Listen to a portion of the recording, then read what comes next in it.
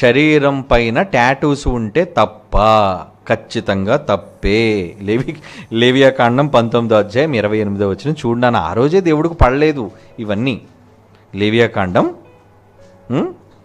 19వ అధ్యాయము 28వ వచనంలో ఏముంది అక్కడ చూడండి నాన్న, చదవండి.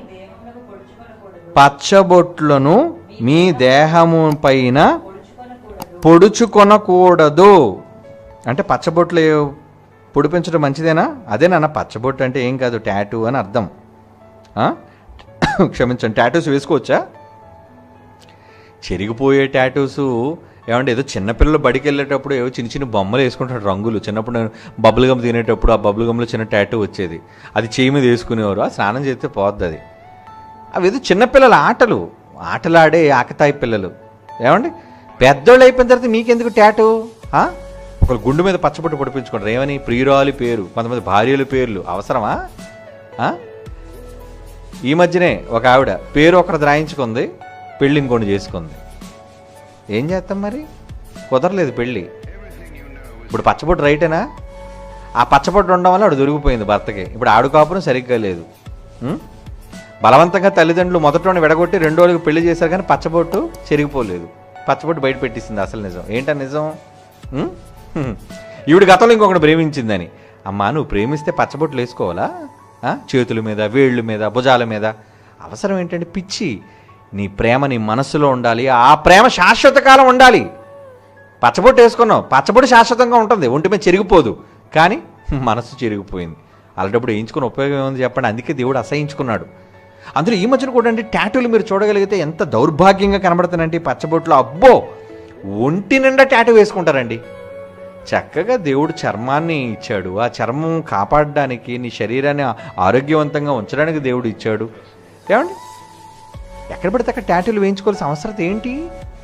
దానికోసం గంటలు గంటలు కూర్చోబెట్టి అందులో అండి ఆ టాటూలు వేయడం వల్ల గతంలో హెచ్ఐవి కూడా చాలా వ్యాపించింది, తెలుసో లేదో మీకు. ఎందుకంటే ఆ రోగి, హెచ్ఐవి వ్యాధి ఉన్న రోగికి టాటూ వేసిన తర్వాత ఆ మిషన్తో మీకు కానీ పొడిచాడు అనుకోండి పచ్చబొట్టు, మీకు కూడా ఖచ్చితంగా హెచ్ఐవి వచ్చేస్తుంది. వాళ్ళకున్న శరీర సంబంధమైన జబ్బులు కూడా మీకు వస్తాయి. ఎందుకంటే సూదులతో పడవడం కదండి, అంత బాధ పెట్టి పొడిపించుకోవడం ఎందుకు? అవసరమా ఇవన్నీ? కాబట్టి అగో చూడండి, ఆహా ఎన్ని టాటూలు వేశాడండి. ఏంటి ఒక్క మెడ దగ్గర ఇంకా ముఖం మీద కూడా వేయించుకుంటే గుర్తుపట్టకుండా పోయేవారు ఏమో. పైనుంచి కింద వరకు మొత్తం పచ్చబొట్లు వేసుకున్నాడండి. చూసారు, ఇది పిచ్చితనం అంటారు దాన్ని, మూర్ఖత్వం. అంటే పచ్చబొట్టు దేనికి? ఎప్పుడు చెరగకుండా ఉండేది అని కదా, చెరగకుండా ఉండేది అని. అలా నీ గుండెలలో దేవుని మాటలు, దేవుని మీద ప్రేమ చెరగనివిగా ఉండాలి. అందుకే వాక్యాన్ని దేవుడు ఎక్కడ రాసుకోమన్నాడో తెలుసా? మెత్తని హృదయములు అను పలకల మీద రాసుకోండి అంటున్నాడు. చూడండి, పౌలు గారు కొరింథీయులకు రాస్తూ ఈ వాక్యాన్ని మీరు ఎక్కడ రాయాలో చెబుతున్నాడు. మీరు ఒంటి మీద రాసుకోవడం కాదు. కొరింథీయులకు రాసిన 2వ పత్రిక 3వ అధ్యాయము 2-3 వచనాలు. కొరింథీయులకు రాసిన 2వ పత్రిక 3వ అధ్యాయము 2-3 వచనాలు ఏమంటున్నాడు అక్కడ? రాతి పలక మీద కానీ సిరాతో కానీ వ్రాయబడక మెత్తని హృదయములు అను పలకల మీద జీవము కలిగిన దేవుని ఆత్మతో మా పరిచర్య మూలముగా వ్రాయబడిన క్రీస్తు పత్రిక ఉన్నారని మీరు తేటగా నాకు కనబడుతున్నారు అంటున్నారు. అంటే చెరగని వారుగా దేవుని మాటల ముద్ర మీ మనసులో వేసుకోండి, శరీరం మీద వేసుకోకండి, జబ్బులు వస్తాయి. దేవుడు కూడా అసహ్యం, పచ్చబొట్టు దేహమునకు పొడుచుకొనకూడదు అని క్రీస్తు పూర్వం ఇశ్రాయేలీలకి చెప్పాడు. అది నాకు ఇష్టం ఉండదురా పని అని.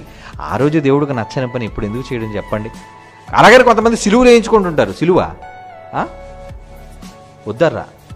మనుషుల పేర్లు కానీ, బొమ్మలు కానీ, సిలువలు కానీ. సిలువ దేవుడు గుర్తే కదండి అంటే సిలువ అక్కడ కాదు, నీ గుండెలో సిలువ ఉండాలి. గుండెలో సిలువ ఉంటే రోజు ఆ సిలువను మొయ్యాలి, దేవుని కోసం పని చెయ్యాలి. అది ఊరికనే బొమ్మ వేసుకొని ఊరి మీద ఆవారగా తిరగటం కాదండి. స్థిరముగా దేవుని కొరకు ముద్రింపబడిన వాడుగా నువ్వు ఉండాలి. అంటే ముద్రలు నీ మనస్సులో ఉండాలి, ఒంటిపైన కాదు. ఓకేనా? కనుక టాటూలు వేసుకోకండి, ఇది మంచిది కాదు. దేవుని గురించి చెప్పిన దేవుడే తన కొరకు ఆనాడు చెప్పాడు. గొప్పవాడు యేసే గదా, తన కొరకు ప్రతిరోజు చెప్పాలి నీవే గదా.